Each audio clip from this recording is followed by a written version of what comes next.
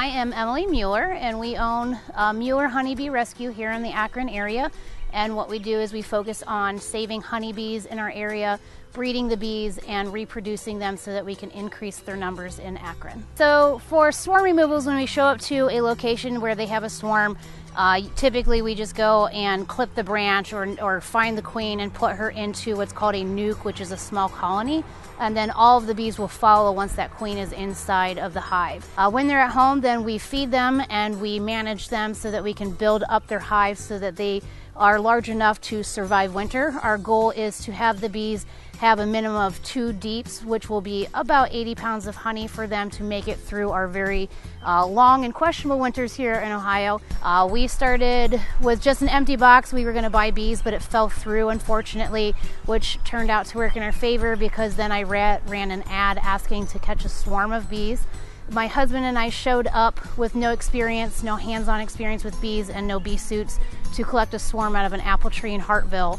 The bees actually dropped all over my husband in the process of removing them, which freaked both of us out, but we pretended we knew what we were doing.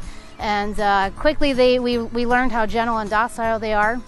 I was very happy with, feeling like I was doing something to help the environment and save the bees. And so I wanted to expand, but at the same time I also started staying home and I wanted a supplemental income. So I thought if I have more bees, then I'll have more honey, and if I have more honey, I'll have money. That's not actually how it works. Every penny that you earn on your beekeeping, you put back into beekeeping, honestly. And eventually went from that 1 hive up to 30 just by doing cutouts and swarm removals. Basically, if anyone calls you and they say that they have a bee issue and they want to know if they're honeybees or they think they're honeybees, the first thing is you can ask them, what does the nest look like? If the nest looks like a circle gray with a hole in the bottom, then that is most likely a bald-faced hornet nest. They are not honeybees. Honeybees in a swarm are going to be a ball of bees, and it will be bees on top of bees on top of bees. And that is actually going to end up moving and won't be typically hanging from that tree for long. So that's kind of the difference. Whereas if you see a ball of bees hanging from a tree, that's honeybees. It's always honeybees. Only honeybees swarm like that. If it's an actual nest hanging from a tree, definitely not honeybees. Honeybees are a lot different than what people understand are honeybees. They're very gentle and they're very docile. They get a very bad reputation because of yellow jackets, especially.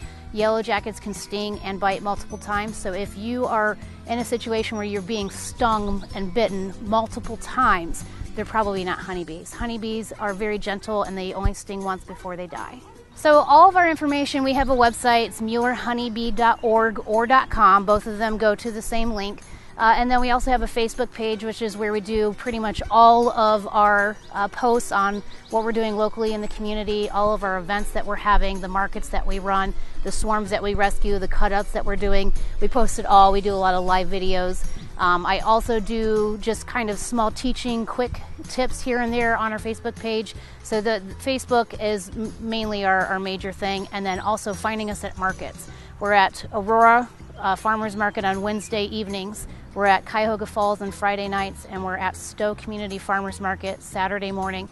And all of those places, if you hit me up about bees, I will talk to your ear off until I have to leave about beekeeping.